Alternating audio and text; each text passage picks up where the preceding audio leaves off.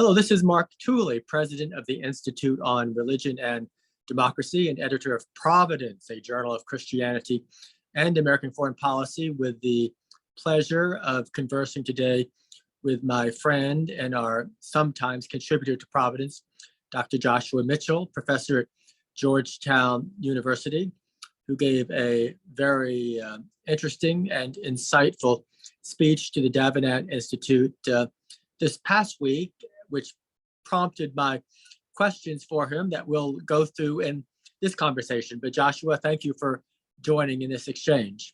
Delighted to be here with you, Mark. Josh, you shared that what is obvious to most of us, that Protestants are largely absent in the intellectual conversations of conservatism in America, which has largely been true throughout the last 70 years. Why is that? Well, let me back up to lay out the puzzle. The puzzle, which I probably should have seen ages ago but didn't, is that as identity politics began to take hold of the American imagination, I found conservatives utterly ill-equipped to be able to understand it, let alone address it and push back against it. And I wondered why this was so. I heard, and I continue to hear conservatives talking about identity politics as if it's a species of cultural Marxism or it's a furtherance of progressivism.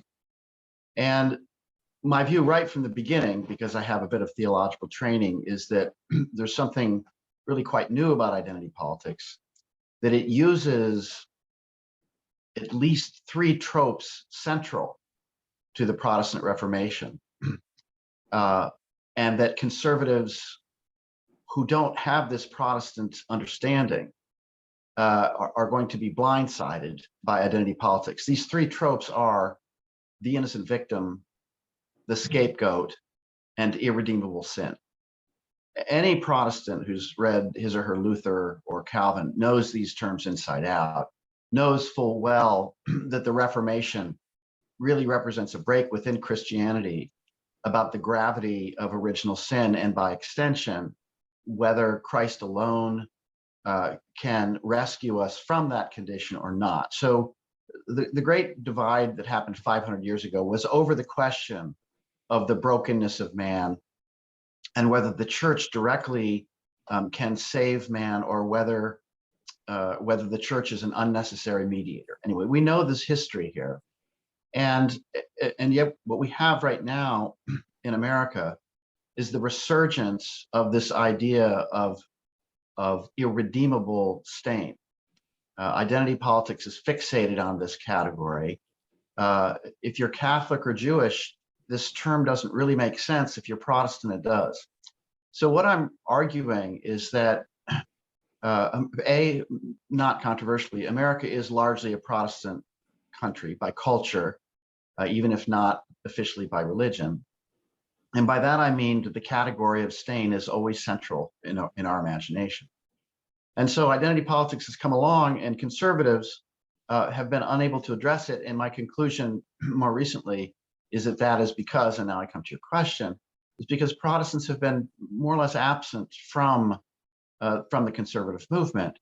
Russell Kirk, William F. Buckley, Irving Kristol, two Roman Catholics and a Jew, who I think it's safe to say we're trying to figure out, as all newcomers to America do, what is their place in this regime. And I think in the Catholic case, especially since John Courtney Murray's "We Hold These Truths to Be Self-Evident," there was an attempt to find an American home, to defend the constitutional order, and I think there was a kind of sympathy to the overall project, but there really weren't that many Protestants in the conservative movement. This was really kind of pushback against liberalism, which I will take to be a code for Protestantism. And so the doubts about liberalism really are doubts, I think, about Protestantism. Why I think this is important now is that you have a new group of Roman Catholics, a younger group that's emerging, that are not willing to abide anymore by the John Courtney Murray synthesis that I think worked its way up through Michael Novak, and I think still is present in the person of George Weigel, say. These are heirs to the John Paul II Reagan coalition. They see themselves as continuing and in fact being the embodiment of the John Courtney Murray Catholic synthesis with America. What's interesting now is I think the new group of Roman Catholic conservatives, and I don't even know if that's the right name to use here, have in a way pushed back against this Catholic acceptance of America. Because I think what they're saying, and here Patrick Deneen is a dear friend of mine, with whom I have great disagreements, but I think there's a kind of honesty in what he's doing. He's in effect saying that the John Courtney Murray synthesis through Novak and Weigel was a terrible mistake for Catholics, that America is Protestant through and through, that the full implications of liberalism are identity politics. And in a funny way, I'm agreeing because I'm saying the full implication of Protestantism, not the full implication, Protestantism deformed gives us identity politics. So I think what we're doing is we're confronted by a very old problem that emerged in the Reformation. And I think the question before us as a country is, how do we go forward? My own answer to this is, we will not go forward until the Protestant churches reawaken to their fundamental insight about irredeemable stain and about the one sufficient scapegoat who takes away the sins of the world. And that, in effect, is the whole of identity politics.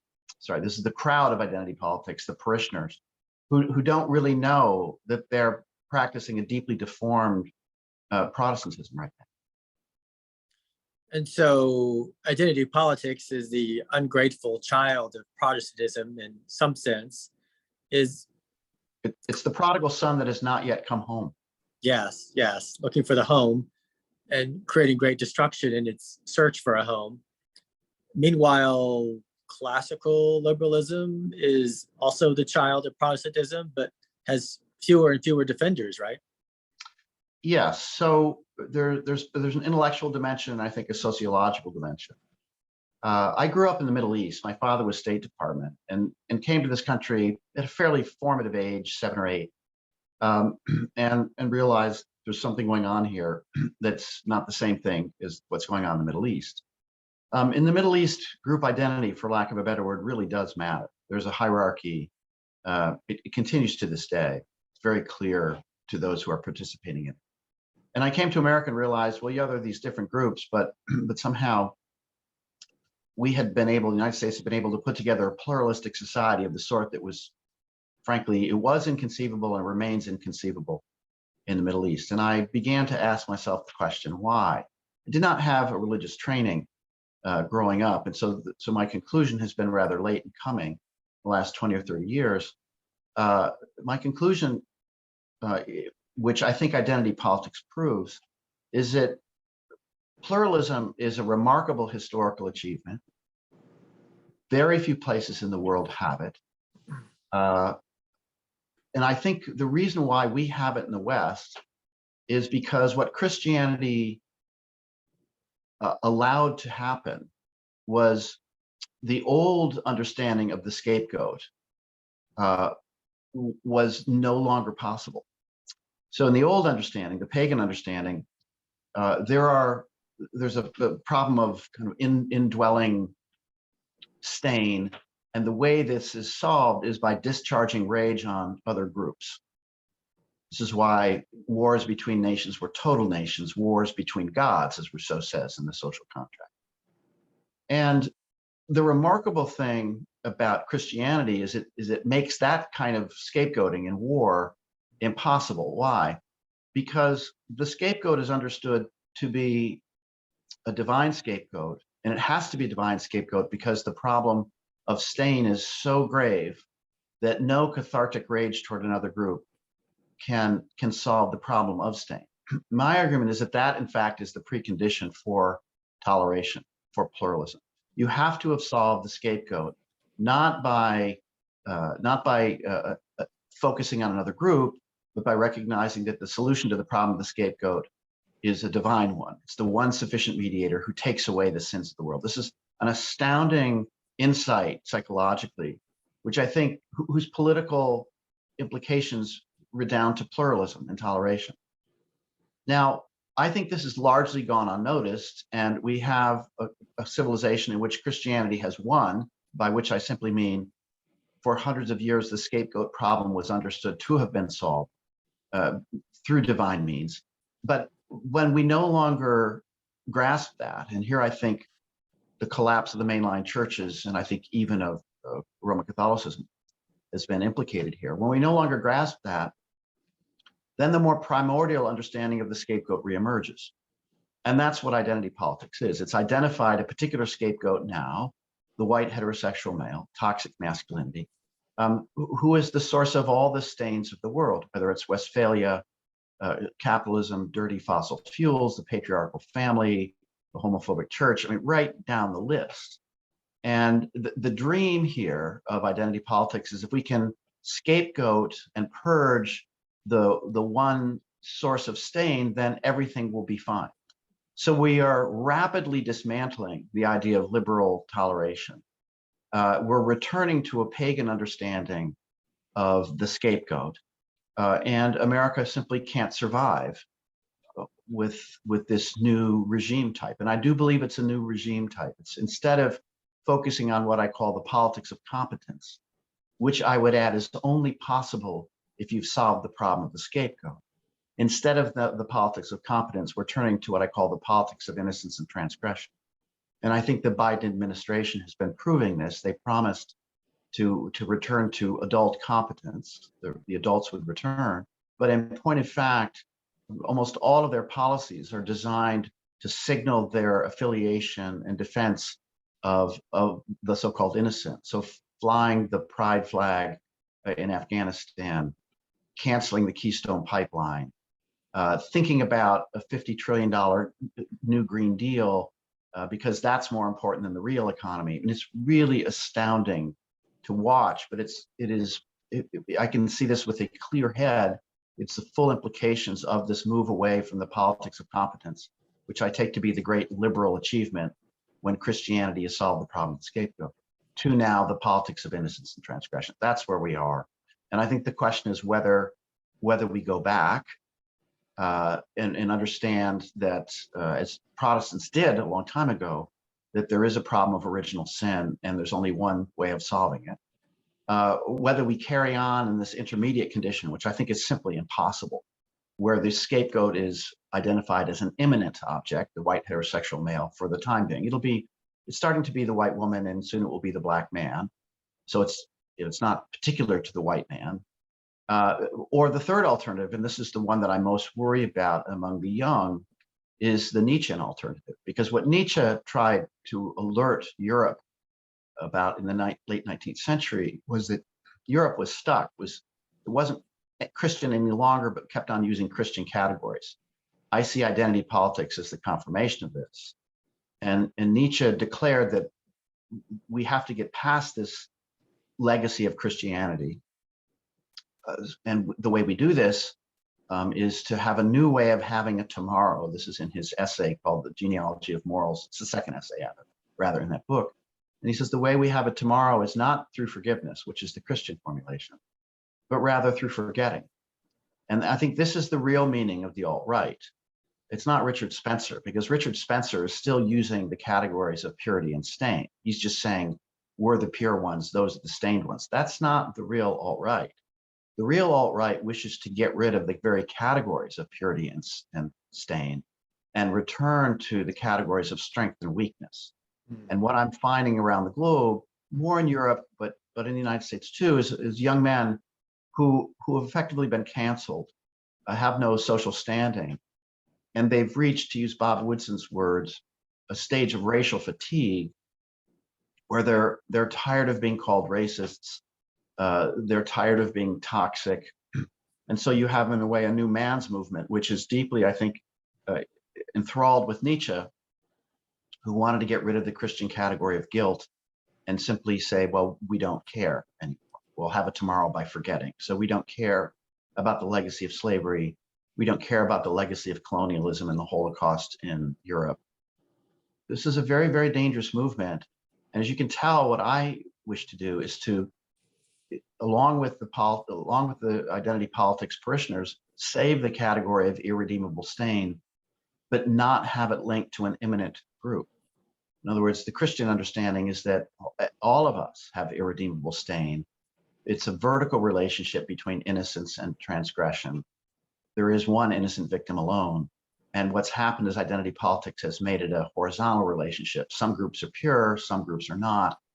And so I want to retain the category of transgression, but return it to its Christian arrangement. My concern is if we don't do that, a younger generation will increasingly say we're done, and they'll turn to Nietzsche. So that I think is the configuration we're faced with right now, which is why I do think we should vote. I think we have an obligation to do that in the constitutional regime we have, but I don't think ultimately there's a political resolution to this problem. It's a deep theological crisis in which we are involved at the moment. And I think only a healthy return of Protestantism can save this country. That is not to say I believe that this country should become Protestant. What I'm saying is those who are effectively using this deformed understanding of Protestantism would do well to see that they're carrying away crumbs from the feast. And the only way they can think through the categories they wish to think through, namely the innocent victim, the scapegoat, and irredeemable stain, the only way they can do this is actually through a strong Protestant church again. And we are, as I think you have referred to in our earlier conversation, locked in our political conversations into this seemingly Manichaean perspective where it's the other side who are to be blamed for everything, and we are claiming innocence for ourselves.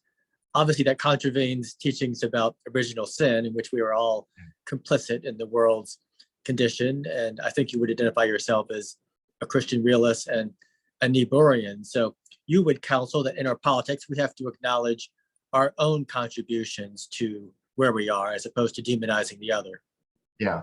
So Niebuhr's, has always been a critical figure for me, but I have to make an observation about him, and I haven't quite figured the answer to the question that I posed. When Niebuhr died, well, you know this. Niebuhr was the great figure, 20th century Protestantism, both theological and political. But at the end of the Vietnam War, there was a younger generation that came along that didn't think that highly of him. And for the last 20 years, we've had various book titles like "Why Niebuhr Now?" "Why Not Niebuhr?" An understanding that Niebuhr is, in a way, inaccessible to Americans now in the way that he wasn't before the Vietnam War. And my view of this is Niebuhr was posing the great question for Protestants of the 20th century, namely, if we give up on original sin, we are lost. And Niebuhr, as you know, concluded that he failed. In fact, as early as The Nature and Destiny of Man, in the introduction, which has been, in the middle of World War II, and if that wasn't going to prove that there was original sin, what would? Yes. He concluded that he had lost the battle to return the idea of original sin to the Protestant churches. So my answer to the question, why not Niebuhr now? Why can't we return to Niebuhr? Is because the churches have so failed that it has now become the venue of politics in which we work through the category of purity and stain. The Pew Charitable Trust, as you know, has given us an alarming survey in which most Americans now say they're nuns, non-affiliated. And my view is, no, America is as religious a country as it's ever been, maybe more now. But we have to know where to look. It's not in the churches. People have abandoned the churches, in my view, because the churches wanted the God of love, but not the God of judgment, which is to say, wanted the God of love, but not the anthropological view that man is a sinner. And so the churches have gone their merry way, speaking about God as love. But if the Bible is right, that the first human experience is the experience of transgression, then if the churches turn away from it, people will look for a way of thinking through transgression that the churches are not offering. I remind you, in the early part of the 20th century, it was Freud who gave the then faltering churches, of church parishioners, a way of beginning to think through guilt. Now, they were trying to externalize it, right? They were trying to say, no, this is the superego. Guilt is, there is no real guilt at all because there is no real God. But nevertheless, people still had enough of this vestigial Christianity in them to know that guilt was the great question. So they turned to Freud when the churches began to walk away from the problem. And then after this, you know, in the Vietnam, the aftermath, maybe it's even in the 50s, I don't know enough about it to say authoritatively, but the churches turned entirely to the God of love. And so now the updated outside the church venue is no longer Freudianism, it's identity politics.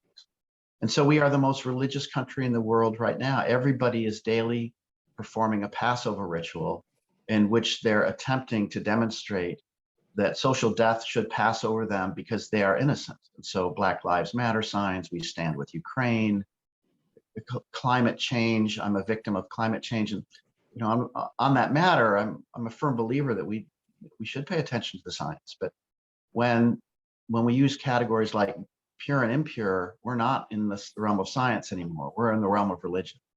So I'm saying everywhere we look, we're thinking about purity and impurity. And the churches can't help us because all they want to do is talk about the God of love and not the God of judgment. And then finally, with the few moments we have left, Josh, is your ultimate counsel that there needs to be a revival of a thoughtful Protestantism to take on these issues? And if so, how will that revival be generated? I don't know how it's going to be regenerated, but I do believe it's necessary. I don't believe America can get on track until those who are enthralled by identity politics turn to the deeper source of what they're looking for. And that is to say, a Reformation understanding of transgression, scapegoat, and victim. I don't think the conservative movement can help. And frankly, I don't think Roman Catholics and Jews can contribute to this. And I want to be clear the grounds under which I say this. I mentioned at the outset that I grew up in the Middle East. There are Middle Eastern Christians. Now they're slowly withering away, to be sure, but I have long thought that Middle Eastern Christians can't solve the problem in the Middle East. If there's going to be a place for Middle Eastern Christians, it's going to be because Islam gets its act together in such a way that it doesn't scapegoat them. And so my view is, if we really want to have a pluralist society in which non-Protestants are accommodated and welcomed, I think the Protestants have to get their act together about how you solve the problem of the scapegoat. If you don't have this Protestant resurgence, it's very clear where this goes. Anti-Semitism is always lurking right under the surface. And so if we don't get this, if Protestants don't get their act together, then we already have creeping anti-Semitism. Jews will be scapegoated as they have throughout Christian history. It's one of the great deplorable things that's occurred for which you should all be ashamed. But the scapegoating will continue. And I think it's safe to say that devout Roman Catholics are already feeling this pressure. Because I think part of the reason why many of the younger generation are not buying into the John Courtney Murray, Michael Novak vision, and in fact are turning toward integralism because they are feeling scapegoated. So my view is Protestants have to get their act together so that others can have a place. And if they don't, all the others and all the groups that maybe gave rise to the Protestant insight, the Germans, the others in Europe who promulgated Protestantism, everybody's going to get scapegoated. There are no winners in this. So just as in the Middle East, Muslims have to get their act together so that the minority communities can live, so too in America, I think Protestants have to get their act together so that we can have real pluralism. On that note, thank you, Josh Mitchell, for, as an expected, very fascinating conversation. My pleasure, Mark. Good to see you.